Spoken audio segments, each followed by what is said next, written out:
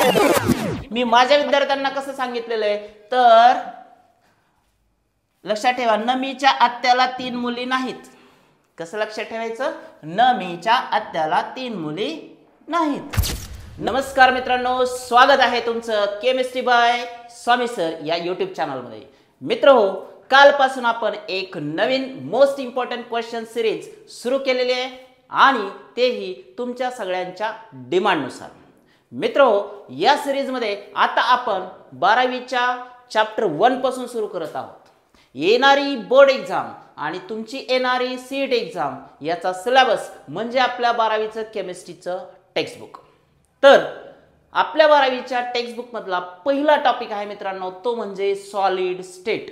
Physical केमिस्ट्रीचा अत्यंत महत्त्वाचा असणारा हा टॉपिक मित्रांनो, सॉलिड स्टेट. या सॉलिड स्टेट मधून आपल्याला HSC बोर्ड साठी कुठले क्वेश्चन्स येत आहेत मागच्या 8-10 वर्षापासून, किंवा सीईटी साठी या सॉलिड स्टेट टॉपिक मधून कोणत्या पॉइंट्स वरती जास्त क्वेश्चन्स येत आहेत. लक्षात घ्या, सॉलिड स्टेटचा कंटेंट तसा तर थेरॉटिकल जो आहे तो क्रिस्टलाइन सॉलिड, अमॉर्फस सॉलिड या भोवती फिरतो, परंतु सॉलिड स्टेट मध्ये खास करून क्वेश्चन येतात ते म्हणजे तिथल्या फॉर्म्युलावरती. कोणता फॉर्म्युला सॉलिड स्टेट मधला अत्यंत महत्त्वाचा आहे पहा. पहिला सगळ्यात महत्त्वाचा फॉर्म्युला तो म्हणजे डेन्सिटी वाला फॉर्म्युला.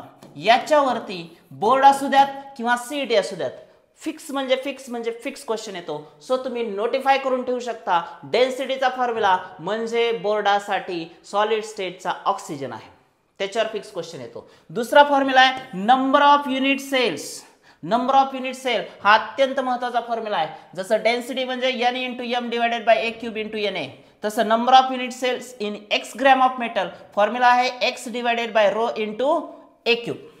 आणि राहिलं काय तर ज्यावेळी आपण पॅकिंग एफिशियन्सी बघतो, युनिट सेलची 3 प्रकारच्या युनिट सेल आहेत, प्रत्येकाची पॅकिंग एफिशियन्सी वेगळे, प्रत्येकामध्ये R आणि A चे रिलेशनशिप वेगळे आहेत. परंतु आपल्याला MCQs मध्ये, खास करून बोर्डाच्या MCQs मध्ये एक तरी क्वेश्चन पहिल्या 10 MCQ मध्ये या रिलेशनशिप वर येत आहे मागच्या 3-4 वर्षापासून. कोणत्या रिलेशनशिप आहेत हे? A आणि R ची रिलेशनशिप म्हणजे रेडियस आणि एज लेंथ. दुसरा आहे volume of one particle, simple cubic साठी, बॉडी सेंटर्ड क्यूबिक साठी आणि face centred cubic unit cell साठी तुम्हाला ह्या रिलेशनशिप वर क्वेश्चन्स आहेत. दुसरा आहे total volume occupied by particles in unit cell. इथं पण 3 रिलेशनशिप आहेत. म्हणजे तुम्ही जर पाहिलं तर 1 2 3 4 5 6 7 8 9 10 11 असे जवळपास 11 फॉर्म्युले आहेत ज्याच्यावरती तुम्हाला सॉलिड स्टेट मध्ये फिक्स म्हणजे फिक्स क्वेश्चन असतो. आता पहा, तुम्हाला हे तर कळलेलं आहे की कुठल्या पॉइंट वरती क्वेश्चन येतो. प्रॅक्टिकली आपण हे बघितल्याशिवाय तुम्हाला विश्वास बसणार नाही. पहा, गेल्या वर्षीच्या सीईटी एक्झाम मध्ये आलेला एक क्वेश्चन मी तुम्हाला दाखवतोय. क्वेश्चन असा आहे मित्रांनो, calculate the density of an element having FCC unit cell and molar mass 63 grams per mole. त्यासाठी तुम्हाला त्यांनी कॉम्बो इन्फॉर्मेशन ऑलरेडी दिलेली आहे, a³ × Na 28 cm³ पर मोल. तर क्वेश्चन काय विचारलाय मित्रांनो, कॅल्क्युलेट द डेन्सिटी. मी तुम्हाला आत्ताच म्हटलं होतं आपला डेन्सिटीचा फॉर्म्युला काय आहे, ρ = n × m divided by a³ × Na. याच्यातला n कोण असतो, number of particles in the unit cell. m कोण असतो, मोलर मास. एक कोण असतो ते एज लेंथ, a³ म्हणजे volume of unit cell, Na म्हणजे अवोगॅड्रोस नंबर. पण आपल्याला एवढ्या भानगडीत घुसायचंच नाही हो, एवढ्या भानगडीमध्ये आपल्याला घुसायचं नाही, कारण त्यांनी ऑलरेडी हे कॅल्क्युलेशन तुम्हाला दिलेले आहे. n कोण आहे, number of particles in the unit cell. कोणती युनिट सेल आहे मित्रांनो, कोणती युनिट सेल आहे, FCC. तुम्हाला माहिती असलं पाहिजे FCC मध्ये n व्हॅल्यू किती असते, तर n व्हॅल्यू असते 4. म्हणून मग n ची व्हॅल्यू ठेवूयात आपण. देअरफॉर ρ = 4 × मोलार मास दिलेले मित्रांनो 63 डिवाइडेड बाय, आता हे वेगवेगळं घ्यायची गरज नाही, बोर्डामध्ये आपल्याला हे सेपरेट कॅल्क्युलेशन करत बसावं लागतं. इथं a³ × Na डायरेक्टली दिलेला आहे 28. सो 28 घेऊ शकतो आपण, हो की नाही. जर तुम्ही हा न्यूमेरिकल सोडवला तर तुमची डेन्सिटी किती येते पहा. खूपच सोपं कॅल्क्युलेशन. 4 × 1 = 4 = 28 7 9 63. इट मीन्स 9.0 जे पण आपल्याला येणार आहे ते ग्रॅम cm³ पर cm³. कुठं आहे उत्तर तर ऑप्शन बी हा करेक्ट ऑप्शन आहे. सो अतिशय सोप्या पद्धतीनं तुम्हाला डेन्सिटी बेस्ड न्यूमेरिकल्स ते विचारतात. परत एकदा सांगतोय बाळांनो, खूप खूप महत्त्वाचा हा व्हिडिओ असणार आहे तुमच्यासाठी. ज्या ज्या विद्यार्थ्यांनी हा व्हिडिओ आता बघतायत तुम्ही लक्षात ठेवा, सॉलिड स्टेटमध्ये सगळ्यात अगोदर जर काय करायचं आहे तर तुम्हाला डेन्सिटीचा फॉर्म्युला करायचा आहे आणि त्याच्यावरच्या न्यूमेरिकलची प्रॅक्टिस करायची. अजून एक एक्झाम्पल आपण असंच जे की PYQs मधला आहे, जो की बोर्ड आणि CET मध्ये येऊन गेलेला क्वेश्चन आहे, थोडेफार व्हॅल्यू बदल करून, पण हा क्वेश्चन ऑलरेडी CETचा क्वेश्चनच आहे. पहा, calculate the volume of unit cell.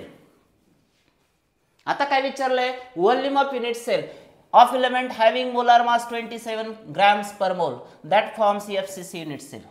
म्हणजे आता इथं बघा, तुम्हाला इथं पण कॅल्क्युलेशन डायरेक्ट दिलंय त्यांनी, रो इंटू NA चं कॅल्क्युलेशन दिलंय. आता तुमचा बेसिक फॉर्म्युला काय डेन्सिटीचा प्रत्येकदा सांगा. या फॉर्म्युलेला लक्षात ठेवण्याची एक ट्रिक सांगू का, जी मी माझ्या ऑफलाईन स्टुडंटच्या विद्यार्थ्यांना सांगतो. लक्षात ठेवा. कसं लक्षात ठेवायचं तर n into m divided bye a cube into NA. मी माझ्या विद्यार्थ्यांना कसं सांगितलेलं आहे तर लक्षात ठेवा, नमीच्या आत्याला 3 मुली नाहीत. कसं लक्षात ठेवायचं, नमीच्या आत्याला 3 मुली नाहीत. n m molar mass, a आत्या रेज टू 3 आहे, 3 मुली नाहीत, NA अवघाड्रोज नंबर. सो कुठल्याही फिजिकल केमिस्ट्रीचा जर फॉर्म्युला लक्षात ठेवायचा असेल तर आपल्याला न्यूमॉनिक शिवाय पर्याय नाही. सो साधी गोष्ट लक्षात ठेवा. काय लक्षात ठेवणार, व्हिडिओ पाहतात तुम्ही, नमीच्या आत्याला 3 मुली नाहीत. सर मी दुसरं नाव घेऊ शकतो का? हो घे बाबा, काहीच प्रॉब्लेम नाही मला, फक्त तुला फॉर्म्युला पाठवायला पाहिजे. आता पहा, आपल्याला डेन्सिटी विचारले का, यावेळी डेन्सिटी नाही पण याच फॉर्म्युल्याला थोडंसं इंटरचेंज केलंय त्यांनी. आता विचारलेले मित्रांनो a क्यूब. मग आता काय करा, फॉर्म्युला रिअरेंज करा. फॉर्म्युला जर रिअरेंज केला तर तुम्हाला काय लक्षात येईल पहा, a cube is equal to, हा इकडे आला हा इकडे गेला, n into m divided by, आता रो इथे येईल इंटू NA. पण तुम्ही बघू शकताय n ची व्हॅल्यू FCC युनिट सेल आहे, किती येईल 4. त्यानंतर m मोलार मास तुम्हाला ऑलरेडी दिलेला आहे, किती दिलाय 27 डिवायडेड बाय a क्यूब इकडे आलेला आहे, रो इंटू NA. पहा इथे ऑलरेडी कॅल्क्युलेशन दिलंय का नाही. So 16 into 10 to the power of 23. मित्र हो बघा, हे सुद्धा कॅल्क्युलेशन किती सोपं आहे. मला सांगा, इथं लॉग टेबलची गरज आहे, इथं कॅल्क्युलेटरची गरज आहे. साधं बेसिक मॅथमॅटिक्स तुमचं स्ट्रॉंग असलं तरी सुद्धा तुम्हाला फ्रॅक्शन ऑफ सेकंड्स मध्ये उत्तर येतं.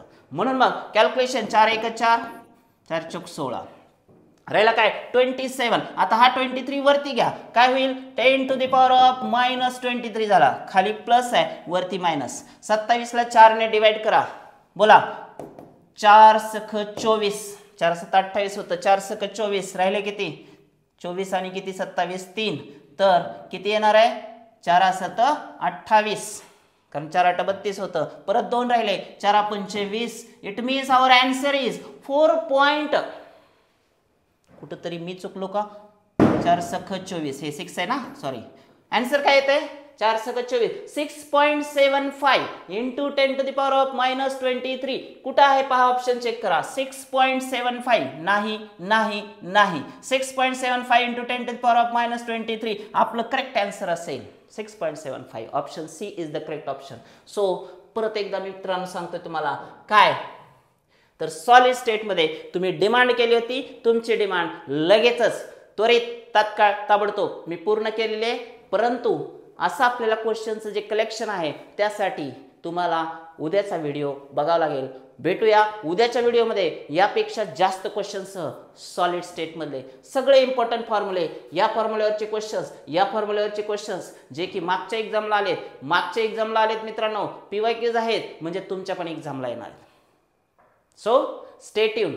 अजूनही आपल्या चॅनलला सबस्क्राईब केलं नसेल तर जरूर करा. आणि हो, व्हिडिओ आलाय हे कसं कळणार तुम्हाला, माझा व्हिडिओ आलाय 2 दिवसांनी कळून काय उपयोग आहे. आता 1 मिनिट महत्त्वाचा आहे, त्यासाठी बेल आयकॉनला सुद्धा क्लिक केल्याशिवाय राहू नका. आणि जर तुम्हाला खरंच व्हिडिओ आवडला असेल तर तुमच्या इतर मित्रमैत्रिणींना सुद्धा हा व्हिडिओ शेअर करायला अजिबात विसरू नका. भेटूया एका नवीन व्हिडिओमध्ये नवीन क्वेश्चन्ससह. थँक्यू.